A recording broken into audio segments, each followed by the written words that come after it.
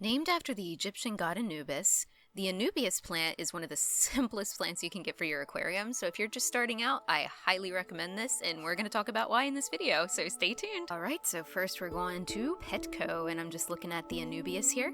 There's many places where you can get them. I got mine at Petco this time around, though.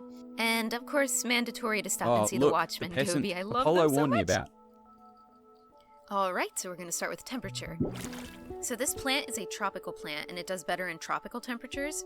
However, it's extremely tolerant and forgiving, so it can withstand lower temperatures. It can typically withstand 68 to 86 degrees Fahrenheit, and I have the Celsius conversion listed on the screen. Now, you can keep this plant cold, but it's just not going to grow very fast.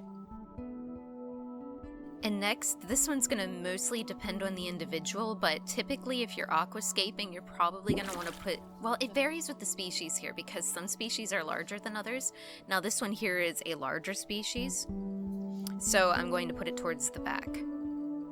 But the nanas, they would look great in the front, so, and there's some that would be great in the mid-ground too. It just really depends on the species you have as for placement.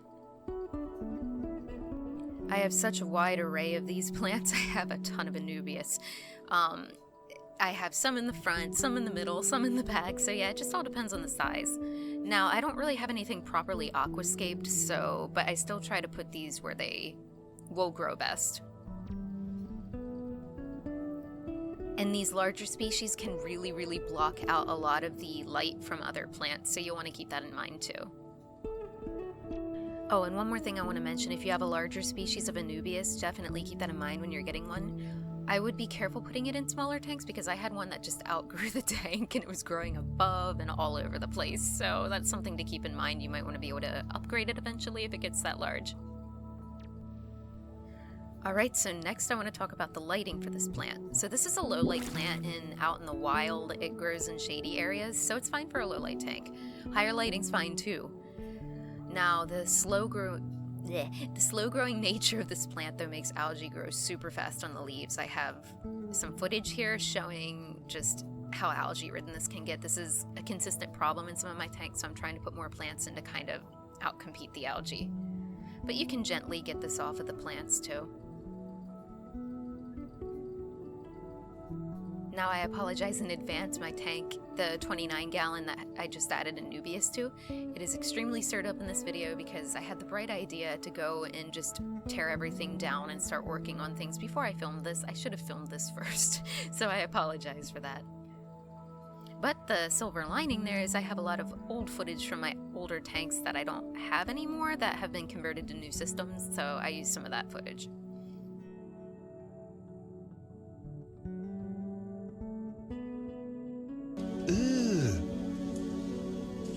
Brother,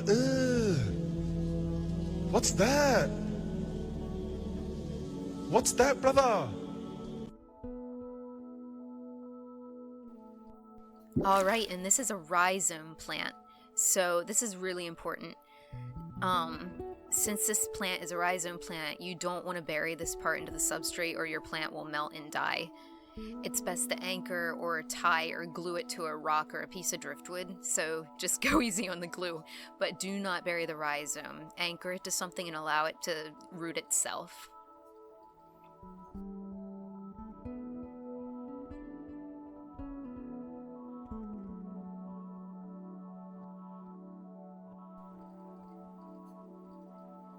Alright, and the last big point I want to touch on in this video is the water flow.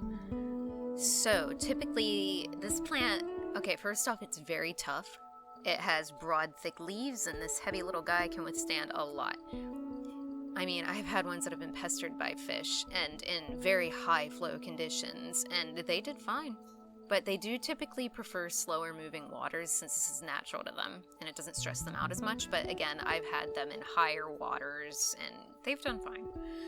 So yeah, these days almost all of mine just live with sponge filters and air stones, but slower water is what's recommended typically.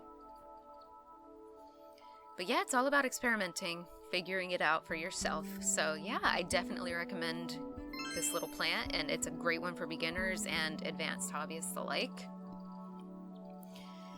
And while more of this video rolls, I just want to share a quick story. So way back in the beginning of my fish keeping, I was dealing with my sister's sick goldfish, and at this time I worked at one of the big chain stores, so I had access to a whole slew of products. Without going into too much detail, this tank had massive ammonia issues, and I tried so many things to help. Filter upgrades, chemicals, water changes, filter media changes. Looking back, I did so many things incorrectly, but I was learning. And I did learn a lot at this time, but the important thing was that I eventually landed on plants. Now, as we know, goldfish can brutalize plants like it's no one's business. So I wanted something really hardy and thick-leaved. So that led me to the Anubias plant. So after one of my shifts, I went home with this beautiful little plant and I added it into the tank, and it lived for quite a while there. But to wrap this story up, this poor goldfish eventually passed from an infection of the swim bladder, which led to severe dropsy, and he healed from the dropsy once, but it came back with a force. So anyways, that's to wrap this up. The plant lived on for a long time, until my mom threw it out for sitting in a bucket for too long. I was waiting to put it in its new home. Oh well, that was my fault. I should have voiced that needed to not be thrown out, so. But that's the reversion of how I got my first plant, and it was an Anubias. So yeah, beautiful, beautiful little plants, and they're very, very hardy.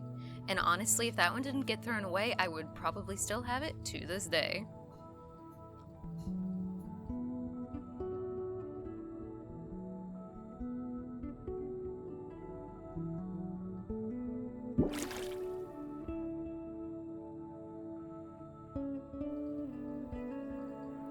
But yeah, that's my depressing goldfish story, but at least it got me into plants. So, yeah, that was a while back now. But I hope this video was helpful and had some helpful information in it, and if you have any questions, leave them down below. I'd be glad to help you out with anything I can help you out with, and I'll have some resources linked in the description if you want to learn more, like more detailed things about the plant. So yeah, that's it for this. I will see you next week. If this helped you in any way, feel free to leave a like and subscribe, and I will see you soon. Bye-bye, everyone.